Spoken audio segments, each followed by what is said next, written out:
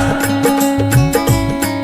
आज संत मोतीराम जी महाराज की कथा सुनाने जा रहा हूँ, ध्यान से सुनिएगा। मैं कथा सुनाता हूँ बाबा मोतीराम की।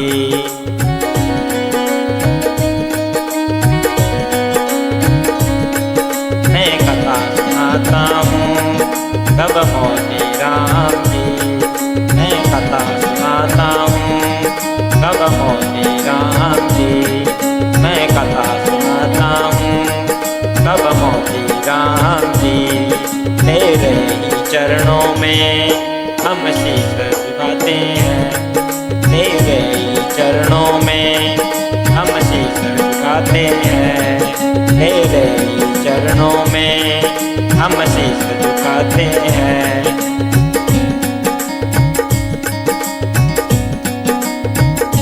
मोतीराम जी आचार्य जयनाराम जी के शिष्य, परंपरा के राम वल्लभ दास जी के शिष्य थे।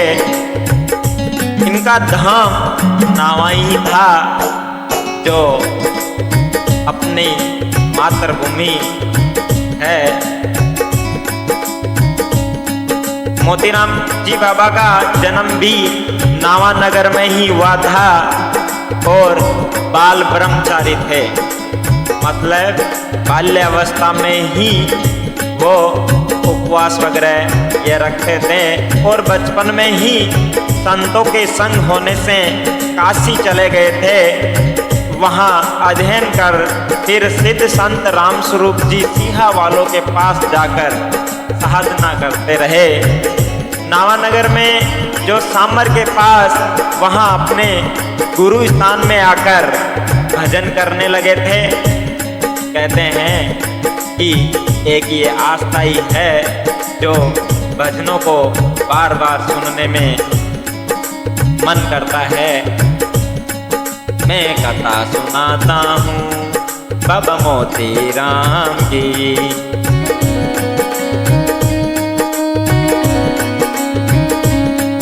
मैं कथा सुनाता हूँ बाबा मोतीराम की।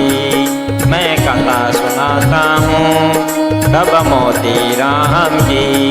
तेरे ही चरणों में हम शीश झुकाते हैं। तेरे ही चरणों में हम शीश झुकाते हैं।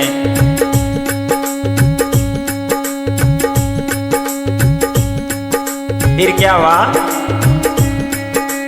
साधना करते रहे, अपने गुरु स्थान में आकर भजन करने लगे और अपने स्थान से बहुत ही कम निकलते थे। वो इधर उधर कभी जाते नहीं थे। कौन? मेरा बाबा। सब कार्य स्थान में ही कर लेते थे। स्थान के द्वार पर एक कूप था। कूप का मतलब कुआं, पानी के लिए कुआं, जहाँ से पानी पीने के लिए, अपने जल लेने के लिए काम में लिया करते थे। स्थान और कूप के बीच में पुल बना लिया गया था, उस पर से जल भर लेते थे। स्थान का द्वार बंद ही रहता था। बाबा महान अंतर्मुख योगी संत थे। इनके चमत्कारों की कथाएं नावानगर में अनेक प्रसिद्ध हैं और आगे हम इस घटना को भी बताएंगे। मैं कथा सुनाता हूँ बाबा मोतीराम की। मैं कथा सुनाता हूँ बाबा मोतीराम की। तेरे चरणों में हम शीश झुकाते हैं। तेरे चरणों में हम शीश झुकाते हैं।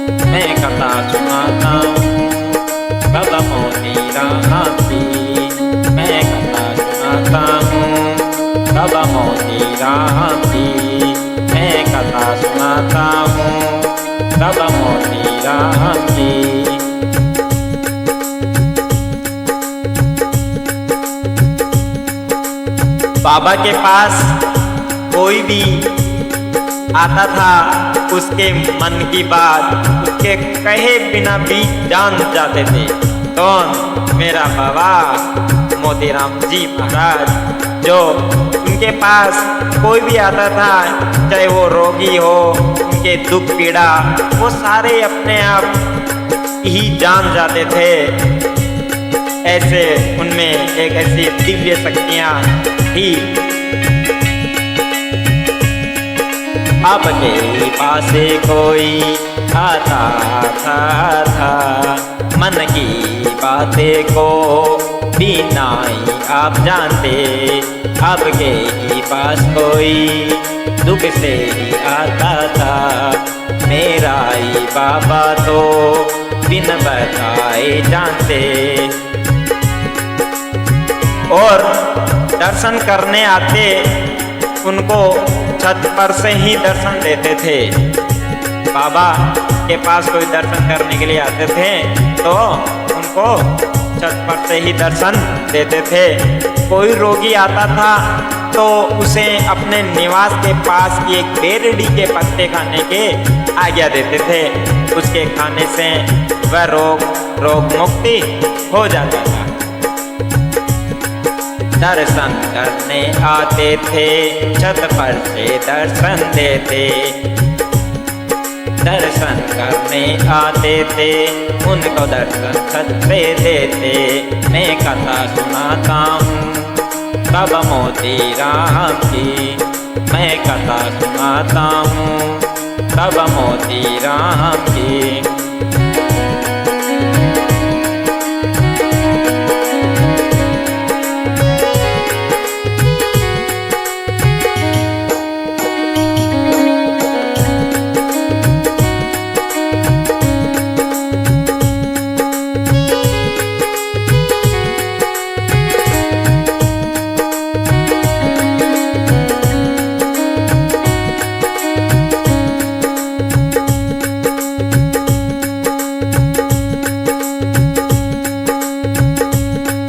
कोई रोगी आता था, कोई भी रोगी आता था तो अपने निवास स्थान से पास से बेरड़ी के पत्ते खाने के लिए आज्ञा देते थे।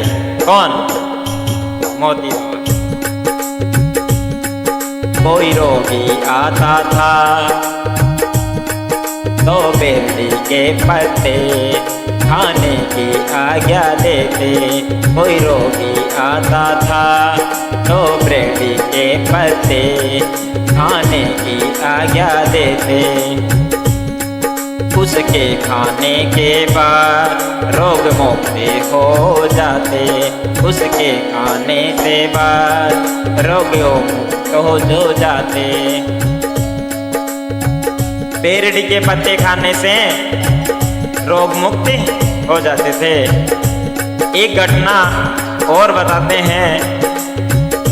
एक बार क्या हुआ, एक फोटोग्राफर को आप जानते हो, कब फोटो खींच ले पता ही नहीं चलता। ऐसे ही संत मोतीराम जी महाराज के साथ कर भी एक ऐसी घटना हुई थी। वो घटना आपको मैं बताने जा रहा हूँ। एक बार क्या हुआ, एक फोटोग्राफर फोटो खींचने वाला बाबा के आज्ञा के बिना ही फोटो खींच ली। फिर क्या हुआ, कैमरे में कोई फोटो नहीं आई। मैं कथा सुनाता हूँ बाबा मोतीराम की, मैं कथा सुनाता हूँ बाबा मोतीराम की। तेरे ही चरणों में हम शीश झुकाते हैं। तेरे ही चरणों में हम शीश झुकाते हैं। फोटोग्राफर ने आज्ञा के बिना फोटो खींच ली, लेकिन फोटो नहीं आई।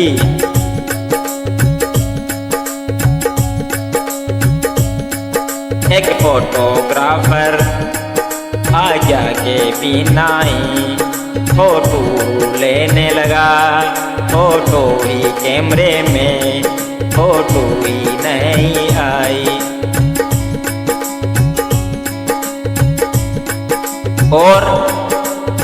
और घटना बताते हैं बाबा के, अलग ही अनेक प्रकार के चमत्कार बाबा में जाने जाते हैं, जो बाबा की कथा के अनुसार ही आपको बताया जा रहा है कि उनके जीवन में कैसे कैसे एक ऐसी घटनाएं हुई थी।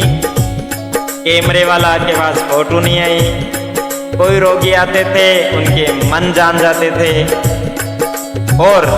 और भी बताते हैं आपको, और अनेक शरीर धारणे करने की शक्तियां भी बाबा के अंदर थी। वो कहीं एक स्थान से दूसरे स्थान पे जाते थे, पता ही नहीं चलता था। ऐसी घटना एक बार क्या हुआ, इसको मारोट के ठाकुर ने गप बता दिया। गप का मतलब ऐसा हो सकता है, वह घटना होता कि बाबा शरीर धारण करने की शक्ति है क्या नहीं। एक दिन 5वां ग्राम के वैष्णवी मंदिर में रात्रि का जागरण था। जागरण उसमें बाबा को अति प्रेम से आग्रह पूर्वक की थी कि बाबा को आना ही है। तो ठाकुर जी वहां जागरण में आए हुए थे, तो वहां पे संत मोतीराम जी को देख लिया था। तब ठाकुर जी के मन में आया कि ऐसा करते हैं, उसी वक्त उसी क्षण वहां से नावा को यह सोचकर कि आज मोतीराम जी नावा में अपने स्थान में यदि मिल जाएंगे तो मैं अनेक शरीर धारण करने की इनकी शक्ति सत्य मान लूंगा। फिर ठाकुर जी वहां से नावा की ओर आए और आकर वह नावा नगरी आए, द्वार खोलने की प्रार्थना करे। नावा में आकर फिर द्वार खोलने की प्रार्थना करने लगे।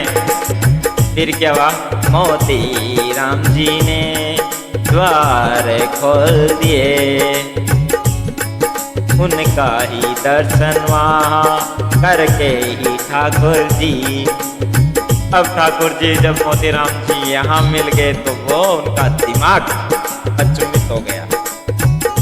फिर क्या हुआ, ठाकुर जी चरणों में गिर के ही पड़ गया।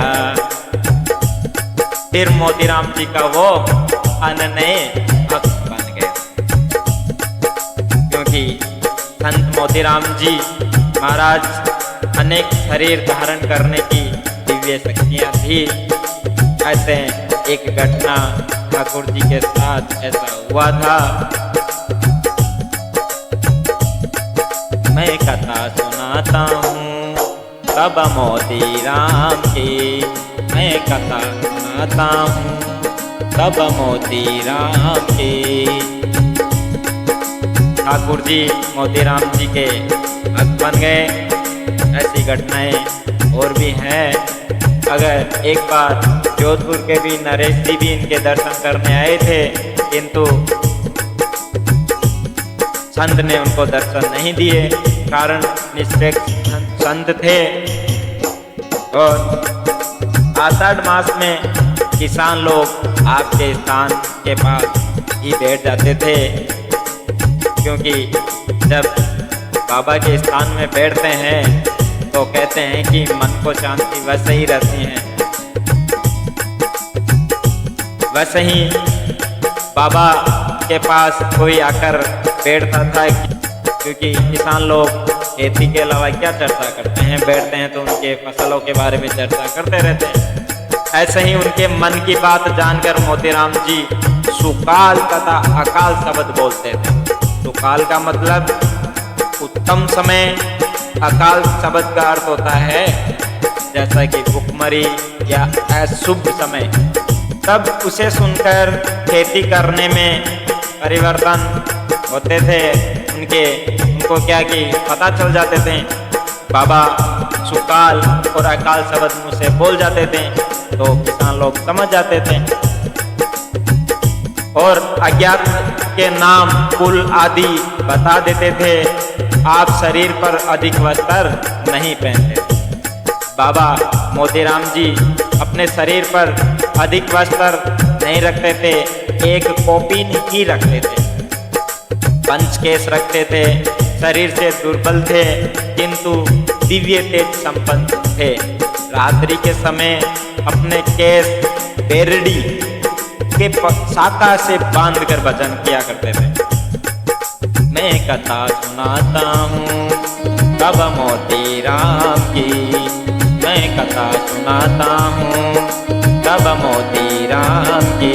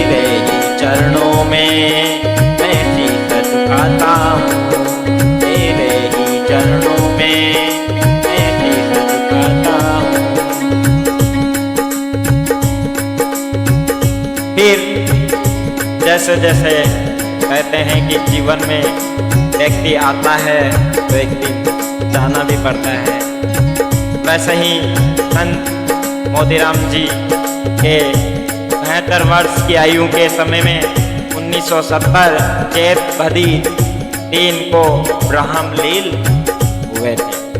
मतलब वो भी एक अलग नज़ारा देखने को मिला।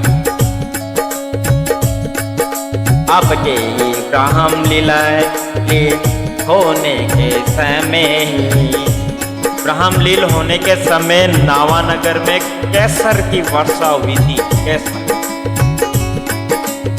केसर की जब वर्षा हुई, सब नगर के नर नारियों के कपड़े केसर के रंग से पीले हो गए थे। एक बड़ा चर्चा ऐसा देखने को मिला है। बड़े महापुरुषों ने, बड़े वर्ग पुरुषों ने कहा गया है कि दीवारें और पत्थर आदि भी सब ही केसर के रंग के हो गए थे। केसर। इस घटना को देखने वाले वृद्ध पुरुष ने मुझे कहा था कि हमने ये आंखों से देखा था। ये वो ही नावा नगरी जहाँ केसर की वर्षा हुई, वो नावा नगरी है जहाँ केसर की वर्षा हुई। नावा में केसर की वर्षा हुई थी। और जब बाबा का शरीर का दाह संस्कार नावा के पूर्व में जोगियों के आश्रम में किया गया था, उस स्थान में भारी मात्रा में चंदन उस समय आ गया था। ये किसी को पता नहीं चला कि कहां से आया, क्योंकि नावा में तो उतना चंदन मिल ही नहीं सकता।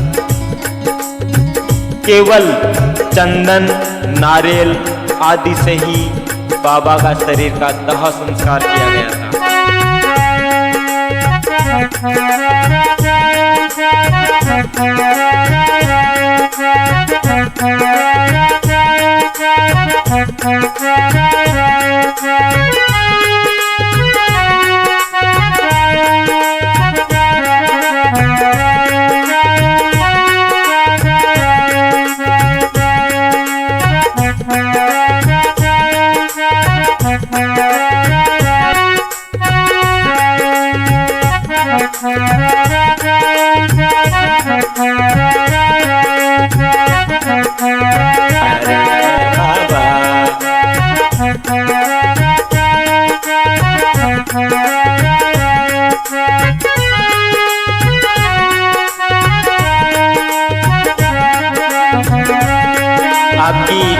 समाधि पर प्रति चैत्रवधी दिन को अच्छा मेला लगता है, क्योंकि बाबा बड़े निराले दिव्य शक्ति वाले थे। क्योंकि बाबा के पास जो आया था उनको खुशियों की झोलियाँ भरी है। जो भक्त है उन्हीं को पता भी है। मैं कथा सुनाता हूँ बाबा मोती राम की, मैं कथा सुनाता हूँ बाबा मोती राम की। तेरे ही चरणों में हम शीश झुकाते हैं, तेरे ही चरणों में हम शीश झुकाते हैं। सुन लो भक्तों बाबा की ये कथा, सुन लो भक्तों बाबा की ये कथा। नावाही नगरी में बाबा का ये धाम, नावाही नगरी में बाबा का ये धाम, नावाही नगरी में बाबा का ये धाम। क्योंकि बाबा के पास जो भक्त आया है, कोई आस लेके आया है, उनकी झोली भरी ही है।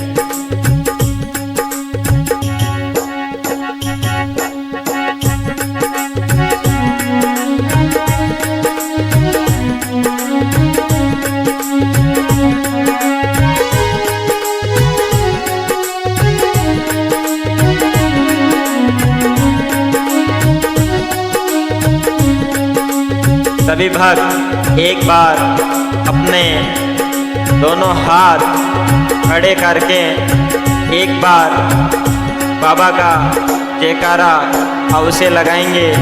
क्योंकि कथा सुनते हैं तब बाबा का जयकारा अवश्य ही लगाना चाहिए। इसलिए मैं उनकी याद में, क्योंकि मेरा बाबा मोतीराम जी महाराज अमर हैं सदा के लिए, सभी भक्तों के दिल में सदा बसते रहेंगे।